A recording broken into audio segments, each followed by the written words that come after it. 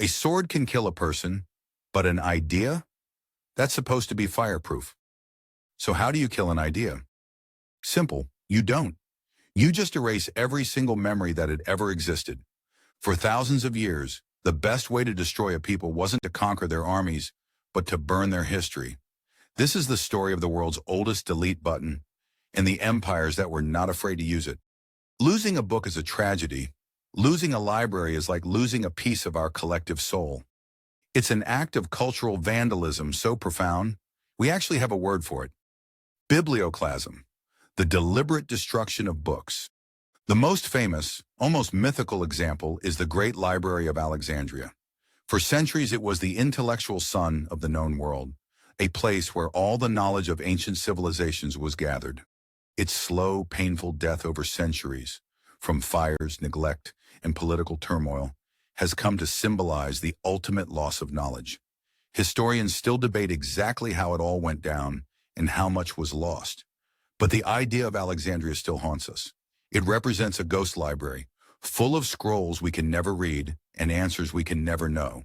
But the story of Alexandria, as powerful as it is, isn't a one-off. It's a recurring chapter in the human story. The urge to control the present by wiping out the past is a dark but very human impulse. And the most powerful tool for this has always been fire.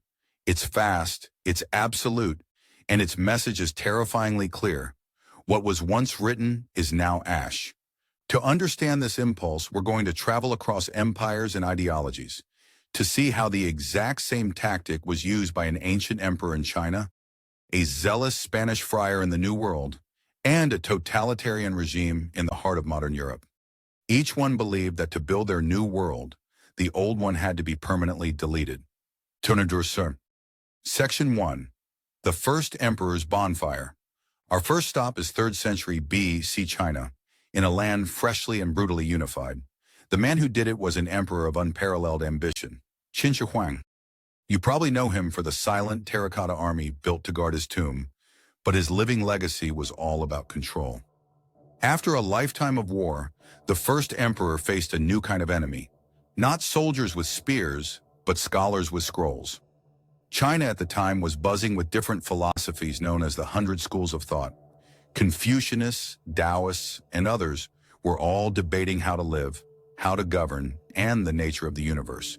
For an emperor obsessed with absolute power, this wasn't diversity, it was a threat. Dissenting ideas were a cancer. His chancellor, Li Si, a man who believed in the absolute power of the state, saw the danger. He warned the emperor that scholars were using stories from the past to criticize the present. Their love for old dynasties and different ideas was undermining the emperor's authority. The solution he came up with was simple and horrifying. In 213 BC, Qin Shi Huang ordered that all books of history, poetry, and philosophy be collected and burned. The only books spared were practical manuals on farming, medicine, and divination, plus the official history of the Qin state. Anyone caught talking about the forbidden books would be publicly executed. Anyone who didn't turn over their copies would get it even worse. The goal was to create an intellectual vacuum. By erasing all other histories and ideas, the emperor would make his rule the only reality imaginable. It was a complete reboot of Chinese culture, with the Qin dynasty as the new and only operating system. The story, written down a century later by the historian Sima Qian, gets even darker. A year after the book burning, in 212 BC, the emperor was supposedly furious with a group of alchemists who failed to find him an elixir of immortality. In a rage, he ordered an investigation of the capital's scholars. The legend says that around 460 of them were executed by being buried alive in a common pit. Now, modern historians think the buried alive part might be a bit of propaganda cooked up by later scholars to make the Qin emperor look bad, but there's no doubt he had scholars killed, and he absolutely burned the books. It was one of the first and most infamous state-sponsored attempts in history to hit delete on the past. The loss was immense. Even though some books were hidden and others were kept in the imperial library, many of those were destroyed in the fires when the dynasty collapsed. Countless philosophical texts and the entire histories of whole kingdoms vanished, leaving a massive hole in our understanding of ancient Chinese thought. The ashes of the Maya. Forward nearly 2,000 years and half a world away. Another bonfire is lit, this one fueled by religious conviction.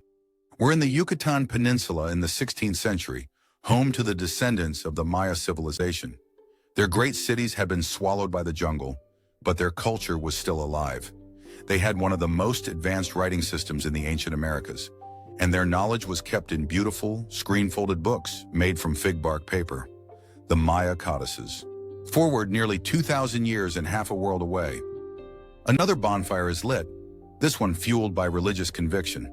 We're in the Yucatan Peninsula in the 16th century, home to the descendants of the Maya civilization.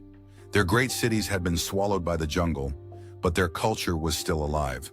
They had one of the most advanced writing systems in the ancient Americas, and their knowledge was kept in beautiful, screen-folded books made from fig bark paper, the Maya codices. Fast. Forward nearly 2,000 years and half a world away. Another bonfire is lit, this one fueled by religious conviction. We're in the Yucatan Peninsula in the 16th century, home to the descendants of the Maya civilization. Their great cities had been swallowed by the jungle, but their culture was still alive.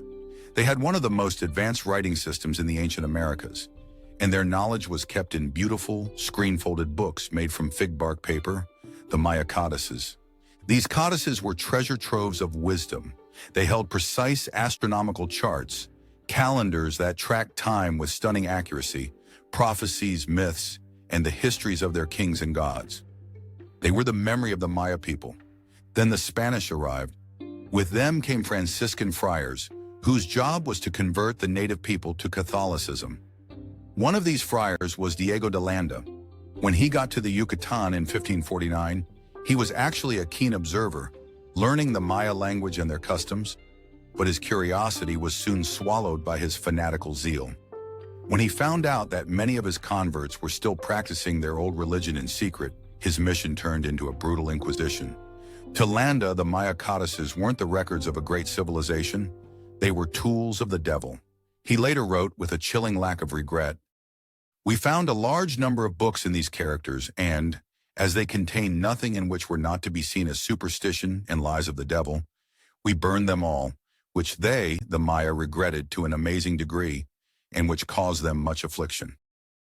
This all came to a head on July 12, 1562, in the town of Mani. In a public ceremony, Landa ordered all the codices he could find to be thrown into a massive bonfire. He also had some 5,000 religious statues and other sacred objects destroyed. The Maya people could only watch as centuries of their heritage, their connection to their ancestors, and their understanding of the cosmos went up in smoke. The scale of the loss is staggering. Scholars estimate there were once thousands of these Maya books. Today, only 4 are known to have survived, likely because they were sent to Europe as oddities before Landa started his campaign. Those 4 books give us just a tiny peek into the brilliant world of the Maya. The rest, their histories, their stories, their science, is gone. And here's the bizarre twist. Diego de Landa himself later wrote a book, Relación de las Cosas de Yucatán, detailing Maya life. That book is now one of our most important sources for understanding the very culture he tried to destroy. It's a strange paradox. Almost everything we know about the Maya comes from the man who burned almost all of their knowledge. His fire didn't just destroy paper, it severed a people's connection to their own past. An act of erasure so complete we're still trying to piece together the fragments left in the ashes. The flames of ideology. Our final story brings us to the 20th century, proving this isn't just ancient history. On the night of May 10, 1933, just a few months after Adolf Hitler became Chancellor of Germany, the streets of 34 university towns were filled with torchlit parades. These weren't celebrations. They were funeral processions for ideas. Led by the Nazi-run German Student Union, this nationwide campaign was called the Action Against the Un-German Spirit.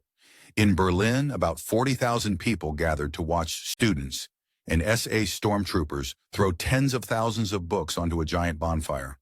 The whole thing was a massive propaganda spectacle, broadcast live on the radio for the nation to hear. As the flames shot into the sky, propaganda minister Joseph Goebbels gave a speech, declaring, "The era of extreme Jewish intellectualism is now at an end." The future German man will not just be a man of books, but a man of character. This was biblioclasm as a dark ritual. As they threw books into the fire, students shouted ceremonial fire oaths, denouncing specific authors and ideas. They burned the works of Jewish thinkers like Albert Einstein and Sigmund Freud. They burned the books of their political opponents, like Karl Marx. They burned pacifist novels like All Quiet on the Western Front, and books by Americans like Ernest Hemingway and Helen Keller, whose advocacy was at odds with Nazi ideology. In Berlin alone, more than 25,000 books were turned to ash. The Nazi book burnings were more than just censorship. They were a symbolic cleansing.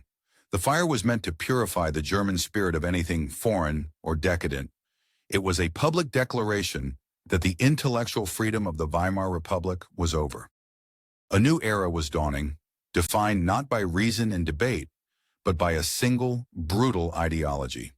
Helen Keller, whose own books were in those fires, wrote a defiant open letter to the students of Germany.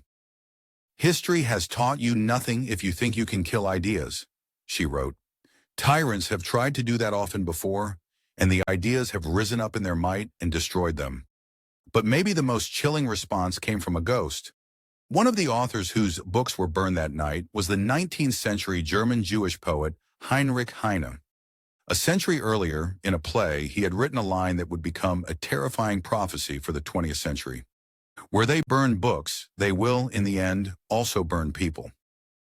The bonfires of 1933 were a warning shot.